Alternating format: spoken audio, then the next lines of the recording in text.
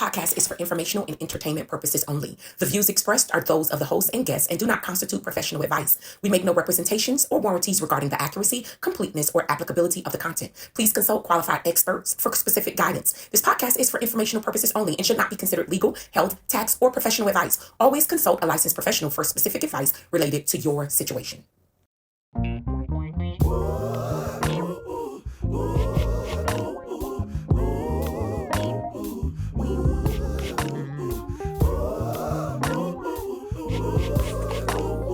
Hurry up. Come get in the room. Listen, this is the Real Lyfe Topics. I'm Lakeisha Stevenson, and we are here talking about topics sometimes that you want to talk about, but people don't want to approach them. It's been on my mind for a while, and I want to talk about something called messy metrics today. Messy metrics. When you think about how we measure things, measure ourselves, measure our confidence, measure our expectations, it started from somewhere. Do you realize that sometimes we have built an entire community, an entire family, an entire country on the metrics or of an idea of one person or something that comes from an idea of several people or an affinity group that you might be a part of? What about what God gave us, why he put us here? If we truly believe that God in his infinite wisdom can help us navigate everything, how do we come to a point where we want everybody to look like a cookie cutter thing? Let's look at it. We've got to start looking at some of these things. Watch this. You take thousands of students, you put them into one school, and you say everybody should be able to learn the same exact way. And so we're going to measure you based on these metrics. But at what point do we start asking, based on whose standard? Whose standard says this is beautiful? Whose standard says that this is pretty? By whose standards do we say you're smart? By whose standards do we acknowledge who's intelligent when we're all different? And we know that we can coexist amongst one another, but we really got to start asking based on whose metrics, right? We know that for history, school wasn't necessarily meant to educate all. In some areas, it was the elitism of others. It was the control of many.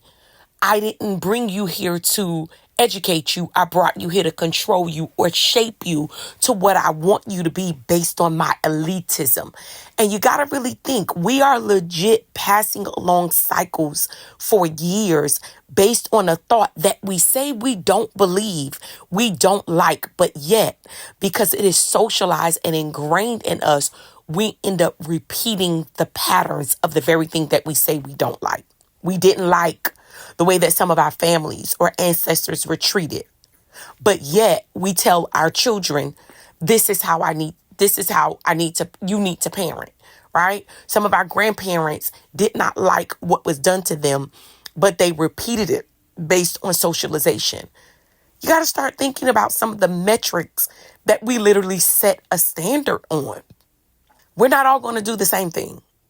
We're not all going to look the same way. By whose standard are we measuring our lives? Are we really going to God asking him what we should do in this situation or that? Or are we just saying, this is what they did? Who are they? They have a creator that we have to all submit to.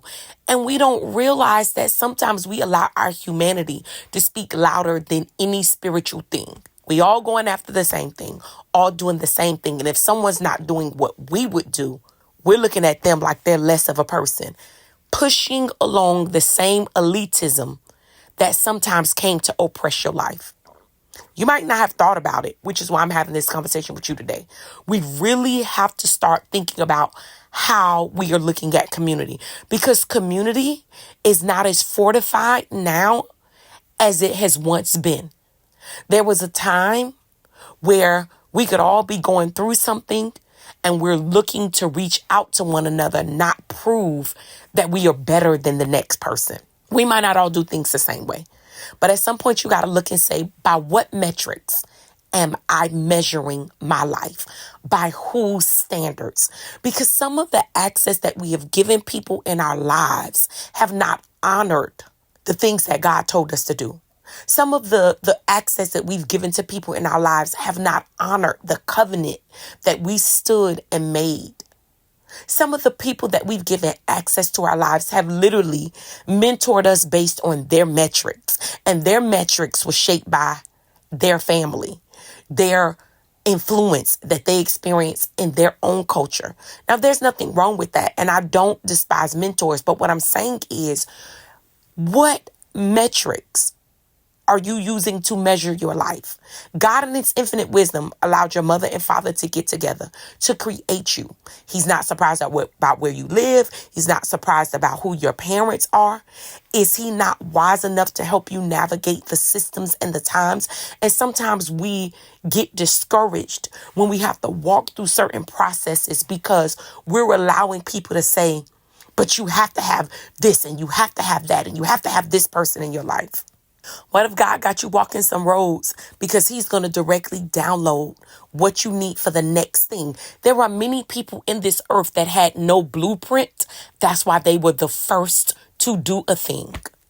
You keep discounting yourself because you keep looking for a blueprint that might not be the path that God wants you to take. He might want you to be the first of a thing, not because you're trying to be a rebel, but you keep trying to merge into a circle when you're a square. You keep trying to merge into a square when you are a triangle. Did you stop and ask God, should I engage in that space?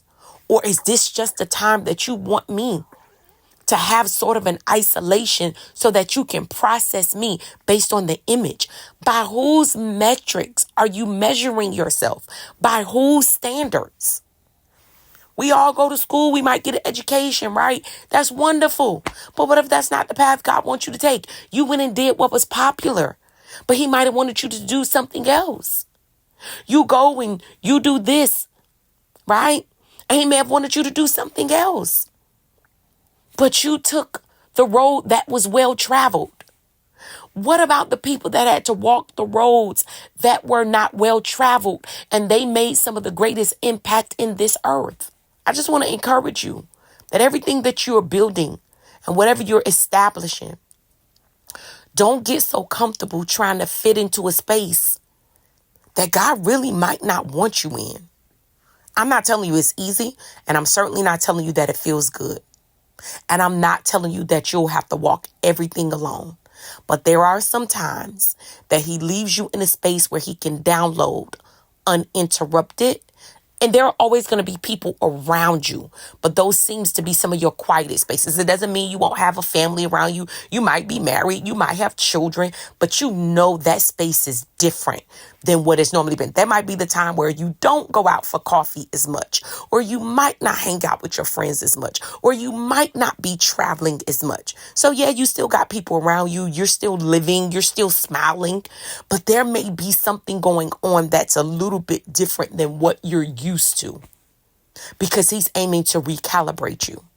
You're not being isolated because you're being rebellious or you are being, you're just trying to be better than anyone. But it comes to a point where you have to determine, by whose metrics am I considering my beauty, my value, my success, even my obedience.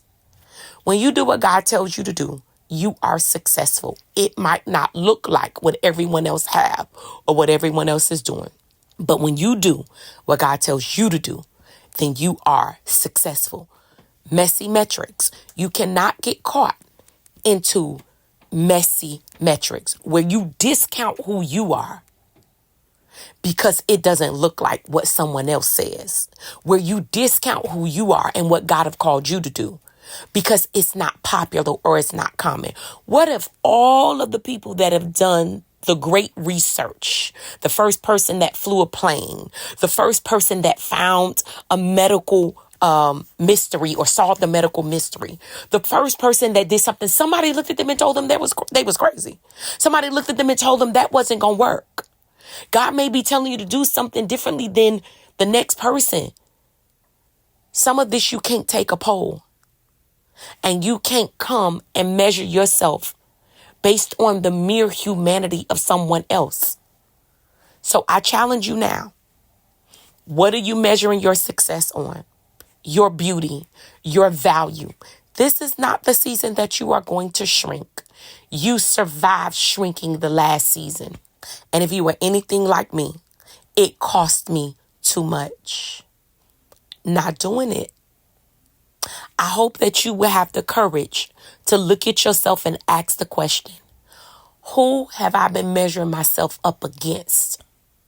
And am I measuring myself against God's will for my life or another human that God created?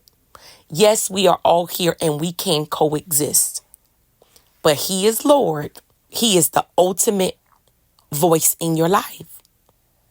So don't get distracted by some of these quiet times. Use them well.